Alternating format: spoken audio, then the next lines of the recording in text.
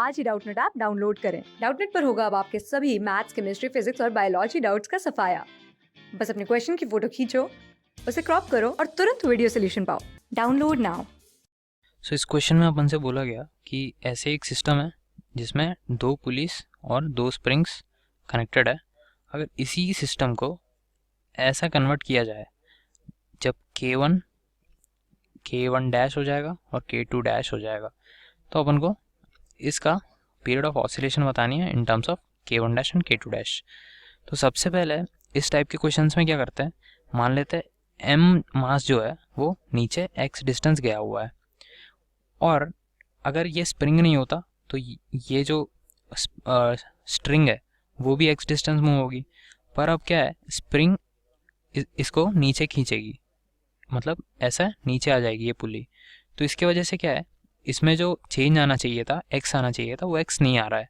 इसमें अगर x elongation हो रहा है, x1 एलोंगेशन हो रहा है मानते हैं, तो इसमें भी ये स्ट्रिंग जो है x1 नीचे आया हुआ है। तो इस तरफ x1 अगर आया है तो इस तरफ भी x1 आया है, x1 ऊपर गया है। तो अगर स्प्रिंग x1 एलोंगेट हुआ है तो इसके वजह से यहाँ पे जो स्ट्रिंग है वो x1 इस तरफ एलोंगेट होगी और इस तरफ ऊपर आएगी, और ये पुली जो है वो x1 नीचे आएगी। यहाँ से यहाँ तक जो है वो x1 है, ठीक है। और यहाँ पे अगर सेकंड पुली की बात करते हैं तो सेकंड पुली में मानते हैं कि इस तरफ टेंशन लग रही है, और अगर यहाँ पे कोई स्प्रिंग नहीं होता, जितना x ये नीचे मूव कर रहा है उतना ही यहाँ पे मूव करना चाहिए। पर अभी क्या है, स्प्रिंग की वजह से स्प्रिंग एलोंगेट होगी, एलोंगेट होके ऊपर चली जाएगी। ऊपर जाने की वजह से ये जो एलोंगेशन इस इधर से इधर तक हुआ है इसको मानते हैं x2।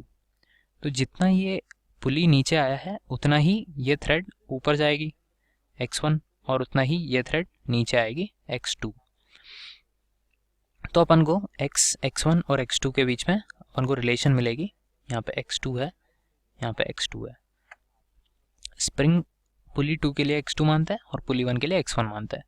तो अपन को x के बीच में x1 x2 के बीच में रिलेशन आएगा, x is equals to 2x1 क्योंकि इस तरफ कुछ है इस तरफ भी कुछ है, प्लस 2x2 क्योंकि इस तरफ कुछ है इस तरफ भी कुछ है।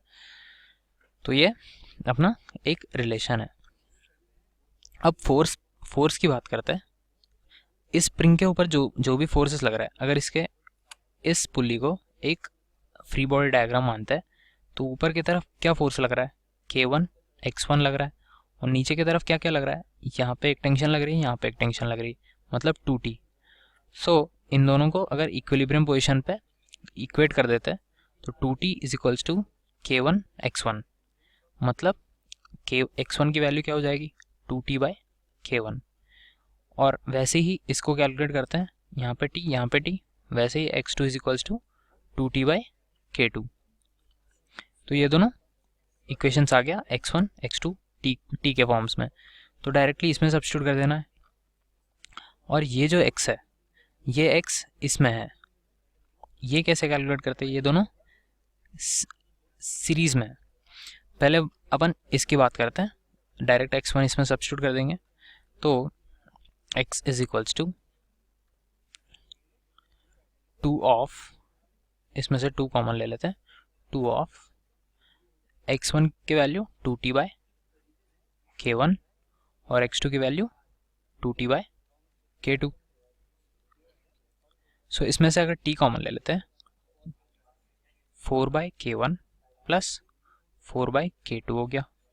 अब ये t क्या है, इसमें t क्या है, अगर इस फ्री बॉडी डायग्राम की बात करते हैं, कैपिटल M, ऊपर कौन से लग रही है, ऊपर टेंशन T लग रही है और नीचे mg लग रही है। तो अगर इक्विलिब्रियम पोजीशन पे दोनों इक्वेट कर देते हैं तो टेंशन इक्वल्स टू mg आ जाएगा। सो अपनी tension is equals to mg आ गया। सो टेंशन इक्वल्स टू mg यहाँ पे पुट करते हैं, x is equals to mg 4 by K1 plus 4 by K2। अब ये भूल जाते हैं कुछ देर। अब अपन आते हैं सेकंड फिगर पे, जो कि इसमें भी mg नीचे फोर्स लग रहा है, ठीक है। उसकी वजह से K1 डैश और K2 डैश दोनों सीरीज में जॉइंड है। अगर दोनों सीरीज में जॉइंड है तो अपनी F is equals to k x जो है ये के इफेक्टिव क्या हो जाएगा, k effective 1/k effective is equals to 1/k1 dash plus 1/k2 dash हो जाएगा। तो इसमें अपन 1/k को क्या लिख सकते हैं, f equals to k x है। अब इसमें फोर्स क्या लग रही है, इस पे जो फोर्स लग रही है वो mg है। So mg is equals to k into x. अब ये x जो है और ये x सेम है, तो इन दोनों को इक्वेट कर देते हैं, क्योंकि इसमें बोला गया अगर इस पुली को, इस सिस्टम को इसमें अगर कन्वर्ट किया जाए तो अपनी एक k1 जो है वो k1 डैश में कन्वर्ट हो रही है और k2 जो है वो k2 डैश में कन्वर्ट हो रही है। तो इसीलिए इसको यहाँ पे सब्स्टिट्यूट कर देते हैं। तो mg is equals to k और x है। so इस इक्वेशन पे देखते हैं, ठीक है। इसमें क्या है, mg इस तरफ है, यहाँ पे k होना चाहिए, पर जो k है वो इस तरफ आ गया है, तो ये क्या है 1/k है, क्योंकि यहाँ पे k होना चाहिए था, इधर आके 1/k हो गया। So 1/k is equals to 4/k1 plus 4/k2 है।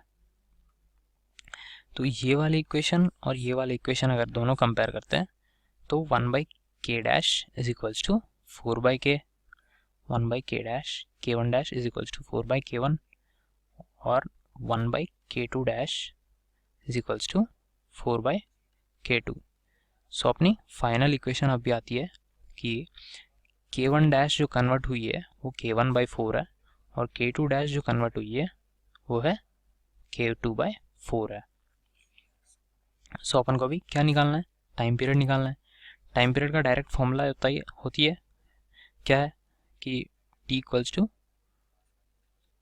2π√m/k। यहाँ पे k है, सीरीज में दोनों, तो सीरीज के लिए क्या होता है, k is equals to k1 dash k2 dash by k1 dash plus k2 dash. So k1 dash और k2 dash in terms of k1 k2 निकल गया अपने पास। सो इसी को अगर आगे सॉल्व करते हैं, k is equals to k1/4 multiplied by k2/4 by k1/4 plus k2/4। ये जो चीज़ है वो अपन को इसमें सब्स्टिट्यूट करना पड़ेगा। तो अपनी फाइनल आंसर जो आती है t equals to 2π√m/k1 k2 by 4k1 plus k2। ये अपनी फाइनल इक्वेशन है। ये क्या इक्वेशन है कि अगर इस पुल्ली को इसमें कन्वर्ट किया जाए तो उसकी टाइम पीरियड इतनी होती है। क्लास 6 से 12 से लेके नीट, IIT, जेई मेंस और एडवांस के लेवल तक 10 मिलियन से ज्यादा स्टूडेंट्स का भरोसा। आज ही डाउनलोड करें डाउटनेट ऐप या व्हाट्सएप कीजिए अपने डाउट्स 8400 400 400 पर।